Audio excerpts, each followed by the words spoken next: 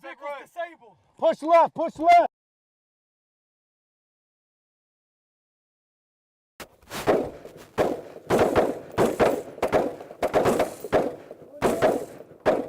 Do it.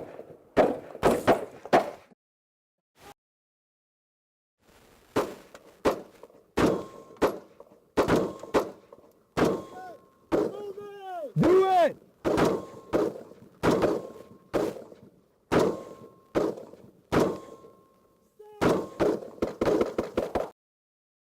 Moving.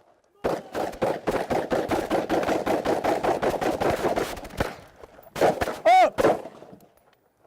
Index. All right, guys, so let's kind of break down and talk about this a little bit, what you just saw. First of all, let's talk about when and when not to get out of the vehicle. Situation's going to ultimately dictate, but it's going to matter inherently of whether that vehicle is still mobile or whether it's static, meaning it's completely disabled.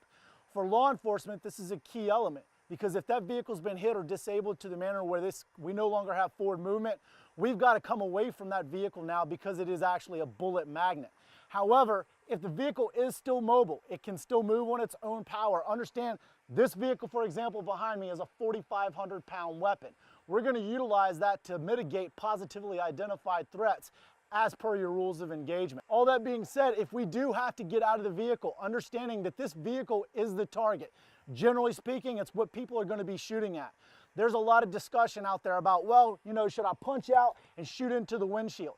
Understand that if you discharge a firearm inside of that vehicle, chances are you're not going to have ear pro on, so you're going to be momentary deaf, auditory exclusion, not to mention the amount of glass, debris, and smoke that's going to fill the inner chamber of that vehicle. Your chances of being able to see to defend yourself are going to be very unlikely.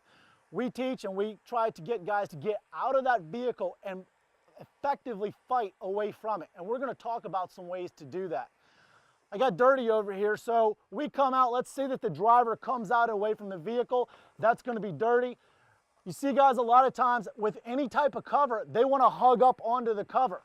Making contact with this vehicle would be a bad thing. Rounds skipping across that hood, going into my elbows, going into my body. I want to step back off of my cover as we've discussed in other videos of how to properly utilize that cover and concealment. Now I have the ability to open up my field of view, and I'm also utilizing that wheel or the center line of the axle, and I'm also utilizing that engine block. There are other places of the vehicle you could utilize the rear, but the front end, the engine block is going to offer the absolute amount of protection to potentially stop rounds. Another position that we could choose is the modified prone in line with the tire well. Dirty's going to go down into that position. So now he can engage positively identified threats from underneath of that vehicle, while a team is now moving away from the vehicle as you saw in the demonstration. From this position, if he had to reload, he could come back into the tire well, offer cover, get his gun back in the fight, and by this time, he would have cover fire back up range or back up away from the cold side where the threat's coming from. At that time, he would move back up to his kneeling position, conduct a scan, and then by this time he's going to hear moving and move. And then he's going to get offline. All right? Again, there's other ways to do it. It is not the only way. But the key thing that we're trying to point out here is if this vehicle is disabled, you need to come away from it. And you need to come away from it with a sense of urgency. That doesn't mean that everyone just runs away from the vehicle. That means that we're posting up positions and we're utilizing those good small unit tactics to effectively bound off of that vehicle and basically off of what we call the X.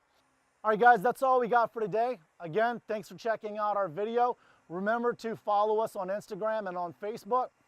Like our videos, and if you have any comments or questions, make sure that you hit us up. We'll reach back out to you.